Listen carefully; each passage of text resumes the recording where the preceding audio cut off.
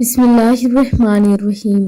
زینب T V کی طرف سے میں آپ لوگوں کے ساتھ رسول اللہ صلی اللہ علیہ وآلہ وسلم کا بہت ہی پیارا فرمان شیئر کرنے جا رہی ہوں کہ سنت رسول صلی اللہ علیہ وآلہ وسلم سے موٹاپے کا علاج۔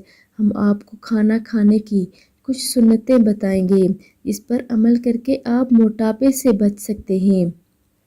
نمبر 1 ہے کھانے کے شروع میں تھوڑا سا پانی پئیں اور بیچ میں پئیں، آخر میں پانی بالکل مت پئیں۔ کھانا ہمیشہ ضرورت سے کم کھائیں، یعنی پیٹ بھر کر نہ کھائیں۔ کھانا ہمیشہ ہاتھ سے کھائیں، مطلب چمچ وغیرہ استعمال نہ کریں۔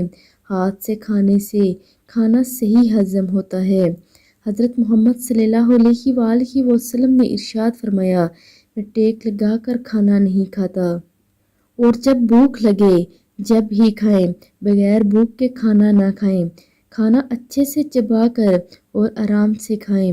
کھانا کھانے کی کچھ سنتیں آپ کو بتائی گئی ہیں، اگر آپ ان پر عمل کریں تو موٹاپے سے اور بہت سی بیماریوں سے بچ سکتے ہیں۔